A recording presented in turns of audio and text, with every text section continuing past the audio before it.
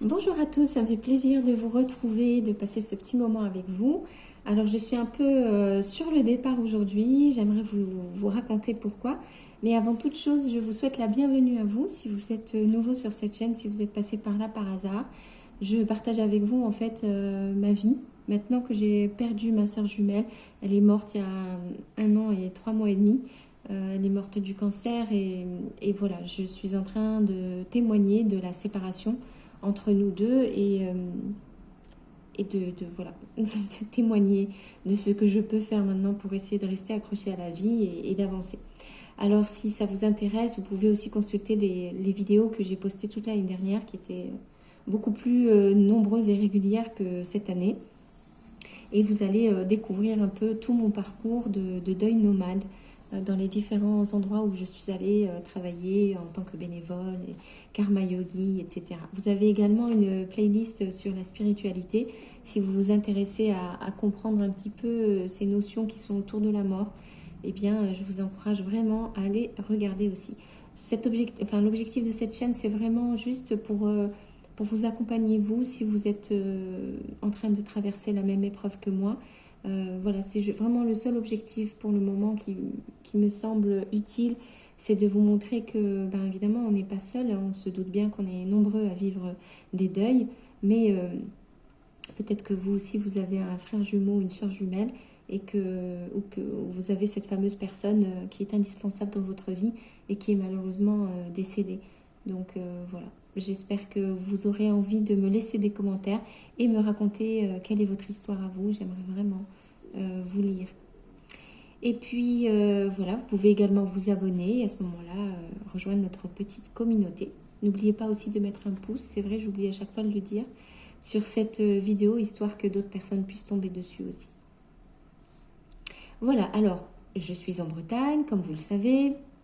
Je suis rentrée il y a exactement 6 semaines et demie de mon petit séjour où j'étais allée à Paris parce que j'en pouvais plus, de mon isolement. Et là, je vous assure que passé 6 semaines, je n'en peux plus à nouveau. Je n'en peux plus de vivre cette expérience où je suis en train d'affronter le deuil de ma soeur jumelle, restée dans cet appartement en Bretagne, d'être absolument seule. Alors bien sûr, je suis en contact avec énormément de personnes, enfin énormément de personnes, on se comprend, mais je suis en contact avec des gens, mais uniquement par téléphone. Voilà, seulement par téléphone ou bien par visioconférence. Voilà, c'est pas du concret. Voilà, pas du concret. Et j'ai rendez-vous qu'une fois de temps en temps avec ma psy, où là je vois un humain. Et sinon, c'est les commerçants que je vois en ce moment. Voilà, c'est super. Et donc, je vis une véritable épreuve. J'ai le sentiment d'être dans une retraite. Vous savez, quand on parle des retraites dans les grottes himalayennes, je sais que j'ai toujours voulu faire ça dans ma vie, mais je ne m'attendais pas à le vivre comme ça. D'habitude, je suis toujours contente d'avoir des moments de retraite dans ma vie où je peux justement rester seule et avoir l'occasion de pratiquer certaines spiritualités, de lire des livres en philosophie sur l'existence, etc. Faire du yoga et faire tout ce genre de choses. Mais j'ai un état d'esprit qui est extrêmement positif quand je fais ça. Ça me nourrit, j'ai l'impression d'apprendre, je passe des paliers. C'est pas une impression d'ailleurs, j'apprends vraiment beaucoup de choses. Et puis je médite sur l'existence, sur la vie, ça me construit en fait. Mais là, c'est pas ça du tout. Là, c'est une catastrophe. Là, je vais être sincère avec vous, je ne fais que subir la situation. Et c'est vrai que ben, je voulais pas le faire parce qu'évidemment, revenir vivre ici en Bretagne, ça voulait dire j'accepte d'entrer de plein fouet dans le deuil de ma soeur jumelle. Et ça, je n'ai pas pu le faire toute l'année dernière. J'ai fui de toutes les façons possibles et imaginables. Je suis rentrée dans des relations hyper toxiques, juste pour pouvoir rester là où j'étais, les 3 endroits où je suis allée. Donc là, vraiment, je vous invite à regarder les vidéos que j'ai postées l'année dernière. Vous verrez, c'est n'importe quoi. Les expériences que j'ai vécues sont très très bien. J'ai rencontré des gens formidables, j'ai vraiment eu de très belles choses. Mais à côté de ça, j'ai souffert vraiment beaucoup. Et donc là, ben, c'est pas mieux. Parce que maintenant, je suis tranquille, j'ai la paix. Ça, je peux vous assurer quand même que ça me fait du bien. Je retrouve une certaine intégrité aussi morale. Parce que Enfin, je reviens chez moi et je suis plus obligée de faire des efforts avec les gens. Je peux suivre mon propre rythme. Alors là, c'est vrai que ça fait du bien, je dis pas le contraire. Mais à côté de ça, je suis effectivement dans la douleur. La douleur, mais elle est brutale, elle est frontale, elle est hyper matérialisée. Une, je dis toujours une porte de prison, c'est-à-dire le côté qui est euh, indestructible et qu'on ne peut pas contourner. C'est là, c'est devant nous, il n'y a rien à faire.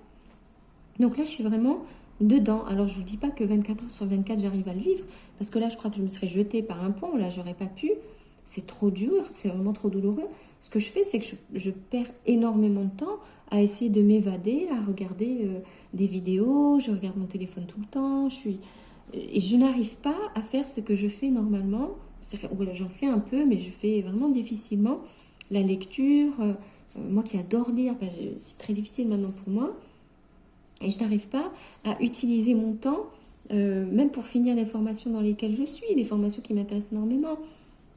Même quand j'étais au Maroc, j'avais commencé le code de la route, j'étais hyper contente de le faire et tout ça. Enfin, tout ce que j'ai mis en route, j'ai tout stoppé. Ce qui fait que là, finalement, je ne fais que subir. Mais je ne sais pas comment vous expliquer. Je suis vraiment pas la dernière des connes non plus. C'est-à-dire que je sais ce que c'est que de réussir à se mettre dans une discipline qui est vraiment bénéfique. Si je vous dis que je n'y arrive pas en ce moment, et pourtant je ne fais pas rien, je vais vous dire ce que je fais, mais je ne vous raconte pas comment je lutte. Mais c'est hyper difficile dans l'état dans lequel je suis, mais je n'arrive pas à croire que je vais aussi mal que ça. C'est complètement dingue. Je veux dire, c'est pas moi par nature qui vais mal, c'est l'expérience de vie que je suis en train de vivre qui est tellement difficile que je suis complètement les deux genoux à terre, quoi. Et à côté de ça, c'est vrai que je n'ai vraiment pas d'aide du tout. À part les gens que j'ai par téléphone qui me soutiennent du mieux qu'ils peuvent, mais à distance. Donc c'est vrai que là, je pense que ce que je suis en train de vivre là, finalement, depuis que je suis rentrée en Bretagne, ça va être extrêmement formateur pour tout le reste de ma vie. Ce que j'ai vécu là, ces derniers mois, je pense que ça m'a transformée. Je pense que j'ai mordu la poussière. Là, vraiment, je ne sais pas comment vous dire. J'en suis arrivée presque à vouloir mourir. Mais sincèrement, c'est-à-dire, c'est pas que moi, j'ai pas du tout un comportement de suicidaire ou quoi que ce soit, c'est pas ça. Mais c'est juste à un moment donné de capituler et de dire, bon, ok, là, la vie, ça représente quelque chose. Si on a de l'énergie vitale, c'est de l'énergie. C'est pour faire quelque chose. Mais là, rester enfermé. Mais qu'est-ce que j'ai fait? On dirait que je suis incarcérée. J'ai fait de mal à qui et à quoi? Comment? Comment ça se fait? Et en fait, c'est moi qui m'enferme. Personne ne m'enferme ici. C'est moi qui suis en train de vivre la douleur. Et c'est tellement, tellement douloureux que je suis comme un animal. Vous savez, un animal, quand il est très blessé, ce qu'il fait, c'est qu'il se retire, se recroqueville sur lui-même, et puis il se réfugie dans une anfractuosité de la roche. Il va se mettre là jusqu'à réussir à survivre. Il se protège. Parce que là maintenant, j'en suis au point que je ne peux pas accepter le contact physique humain avec les gens. J'ai pris trop de coups. J'ai pris vraiment beaucoup de coups. De tous les côtés. Je ne suis plus capable. Je ne suis plus capable de supporter ça. Donc je suis comme un animal blessé. Et j'observe. Je me dis, mon Dieu, j'en suis encore là. Ben oui, je suis encore là. Et donc, ce qui est malheureux, c'est que moi, qui d'habitude, j'ai tellement de plaisir justement à avoir du temps toute seule pour pouvoir faire tout ce que je fais. J'ai besoin de temps pour faire mes pratiques spirituelles, pour faire du yoga, pour faire tout ça. Et en fait, là, je n'y arrive pas vraiment, je lutte. Donc oui, bien sûr, donc pour vous répondre quand même, je fais des choses. Ça veut dire quoi? C'est-à-dire que je prends un livre spirituel, un livre qui me fait grandir en fait. Je m'impose entre guillemets un livre de chevet. C'est-à-dire que j'ai un livre de chevet que normalement je lis plus ou moins chaque matin en me réveillant. C'est au moment où je suis le plus capable d'absorber en fait la connaissance, la sagesse et tout ce genre de choses-là. Où j'ai le courage aussi. J'ai le courage aussi de le faire. Donc j'essaie de faire ça. Et puis j'ai un deuxième bouquin où j'essaye de me dire, bon ok, il faut quand même aussi de la détente. Donc c'est un roman. Souvent ce que j'aime beaucoup c'est un roman sur sur un voyage, un voyageur, hein, étant donné que moi aussi je suis géographe et voyageuse, forcément c'est ce qui va m'intéresser, donc voyager par l'histoire de quelqu'un d'autre, découvrir des époques ou bien des régions, vivre des expériences comme ça. Donc j'aime beaucoup ce type de livre. Donc j'ai à peu près les deux, mais je lis pas souvent parce que c'est difficile de me poser et de lire. Bon, mais je m'astreins quand même à me dire, voilà, j'ai fait une petite pile de livres que je m'apprête à lire. Donc j'en ai terminé deux là. Donc j'ai un livre spirituel que j'ai terminé, qui est donc le livre de Krishnamurti, si vous voulez savoir, qui s'appelle de l'amour et de la solitude. Extrêmement difficile à lire, mais qui a été pour moi une révélation. Ce livre, il est extrêmement intéressant et il est vraiment hautement spirituel et il parle vraiment de la philosophie de vie, de l'existence. Donc ça, c'est extrêmement intéressant. Et l'autre livre que j'ai lu, les deux livres, parce que j'en ai lu deux des romans, il y en a un, tiens, je l'ai sous les yeux, je vais vous montrer. Je fais de la promotion parce que je ne sais pas si j'ai le droit d'ailleurs, j'espère que oui. Ah ben non, c'est à l'envers. Bon, vous voyez au moins juste l'image. C'est une amie à moi qui m'a recommandé de lire ce livre, qui est un livre sur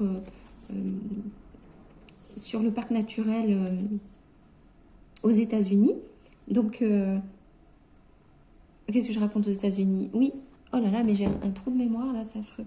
Il s'appelle Indian Creek, le livre. Indian Creek, et c'est dans le Montana, voilà, parce que j'ai passé plusieurs mois dans le Montana, dans une autre vie, enfin bon, il y a quelques temps de ça, et je vois absolument ce que c'est que de vivre cette expérience où cet homme-là est tout seul, il doit passer l'hiver en fait en pleine nature, et il vit cette expérience plus ou moins isolée. Et j'ai vécu quelque chose d'à peu près similaire à ma façon, donc ça m'a beaucoup parlé. Et puis le deuxième livre, c'était le livre de Sylvain Tesson, je ne l'ai pas sous la main là, sur les chemins noirs. Et là, comme Sylvain Tesson est un géographe, donc forcément ça me parle beaucoup, sa façon d'écrire, j'ai bien aimé. Voilà, voilà. Et donc le prochain livre que je vais lire, ce sera sûrement encore un marcheur, un voyageur, un naturaliste. Et je pense que je vais lire le livre de Muir, je ne me rappelle plus du prénom. Voilà, j'ai toujours pas récupéré ma mémoire. Voilà, mais je vous en parlerai une autre fois si ça vous intéresse. Dites-moi en commentaire si ça vous intéresse que je vous partage avec vous les lectures que je fais. Et le livre spirituel que j'ai démarré, puisque j'ai terminé l'autre, je vous en parlerai aussi une autre fois. Voilà un petit peu le tour. Bon, tout ça pour dire que au bout de ces 7 semaines et demie d'isolement et de douleur et de l'animal blessé dans son terrier, je vais m'offrir une sortie de prison pendant quelques jours, une petite semaine, peut-être 10 jours, je ne sais pas encore. Et je vais retourner à Paris pour cette fois-ci voir d'autres amis. Voilà, je ne voulais pas forcément changer d'endroit et changer d'amis, entre guillemets, mais un concours de circonstances fait que je ne peux pas faire autrement. Ça me demande énormément d'énergie vitale de réussir à faire ça. J'ai failli annuler en fait, j'ai failli tout simplement annuler. Et en fait, comme j'ai pris en même temps rendez-vous chez le dentiste, et c'est vraiment quelque chose sur lequel je voudrais avancer, prendre soin de soi, c'est très difficile quand on est en deuil. Donc, je me suis dit qu'il ne fallait pas que je me décourage, tant pis, et que je me force, parce que là, vraiment, je me force. Donc, j'ai demandé à un ami qui était un ami commun à ma soeur jumelle et moi, d'accepter, si je pouvais aller dormir chez lui, en fait, tout simplement, être hébergée chez lui. Et puis ensuite, je verrai si j'ai le courage de rester plus longtemps et d'aller voir d'autres amis encore. Des amis, tous ces gens-là sont des gens super, que j'aime beaucoup, mais c'est juste que j'ai pas la force en fait de m'adapter maintenant. On dirait que c'est comme ce que j'ai fait en bénévolat pendant tout ce temps l'année dernière. J'ai tellement donné de travail bénévole que là maintenant, c'est comme si je peux plus supporter de faire du bénévolat et que je préfère maintenant être payée pour ce que je fais. Et puis... j'ai démarré les cours de yoga, c'est pour ça que je vous dis ça, et là maintenant je me fais payer mes cours. Voilà, parce que voilà, j'en ai marre de donner, j'en ai marre en fait. Et pareil, pour le choix des amis, c'est simplement que j'ai du mal à retourner vers les amis en commun qu'on avait ma soeur jumelle et moi, parce que les voir me rappellent ma soeur jumelle, et j'ai pas accepté de les voir depuis qu'elle est morte, c'est vrai, et je m'en veux un peu mais j'ai pas la force. Donc là, je vais quand même le faire, mais je peux peut-être pas le faire pour tout le monde tout de suite maintenant. Donc on verra. Je vous donnerai des nouvelles. En tout cas, c'est vrai que quelque part, je suis très contente parce que je vais sortir de mon isolement.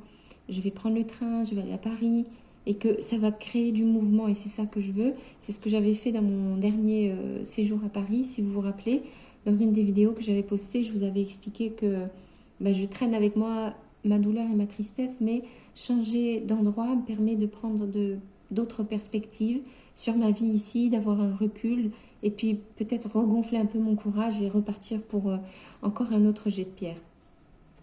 Donc évidemment, après, je reviens ici et je vais retomber dans je ne sais quoi. J'espère que je vais réussir à modifier les choses. J'ai quand même beaucoup d'idées qui commencent à arriver. J'ai envie aussi de passer à l'action. J'ai beaucoup de projets que j'aimerais concrétiser. Donc ça, j'ai quand même beaucoup de choses en tête, mais on dirait juste que c'est bloqué, quoi. Je ne m'autorise pas encore à vivre, en fait. Et je reste toujours avec ce comportement d'animal blessé. Et j'entrouvre ma porte, je la referme, je la referme très très vite parce que je ne veux plus, je ne veux plus que les autres m'emmerdent, voilà. Je vous le dis franchement, j'en ai ras-le-bol, voilà. Je ne veux plus que les autres m'emmerdent, je ne veux plus qu'ils s'imposent à moi, qu'ils me disent oui, non, j'ai changé d'avis, tout ça, moi j'en peux plus.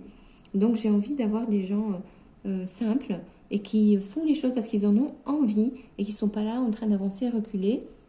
Ou simplement des personnes toxiques, réellement toxiques, que j'ai rencontrées toute l'année dernière. Non merci, tout ça c'est terminé pour moi, je veux plus. Voilà. Bon, allez, je vous laisse, je vais aller préparer mon sac parce que c'est ce soir que je pars et je ne suis pas prête du tout. Écoutez, je vous dis merci déjà parce que j'ai vraiment aimé pouvoir vous raconter tout ça. Et n'hésitez pas à me laisser des commentaires, me dire ce que vous en pensez, quelles sont les stratégies que vous mettez en place pour réussir à supporter la douleur. Est-ce que vous vous retrouvez comme ça dans des situations où vous êtes en retraite, exclu de tout le monde, le temps de vivre la douleur, le deuil et est-ce que vous aimez lire? Est-ce que vous avez des recommandations à me faire? Voilà, vous êtes libre d'utiliser à peu près tous les sujets que j'ai évoqués dans cette vidéo. Je me réjouis vraiment à l'idée de vous lire dans vos commentaires. Alors encore une fois, un petit pouce si ça vous est possible pour remonter cette vidéo, qu'elle soit visible pour les autres personnes qui sont également en deuil. Et je vous dis de prendre soin de vous et je vais essayer de faire pareil, promis, je vais essayer de faire pareil de mon côté.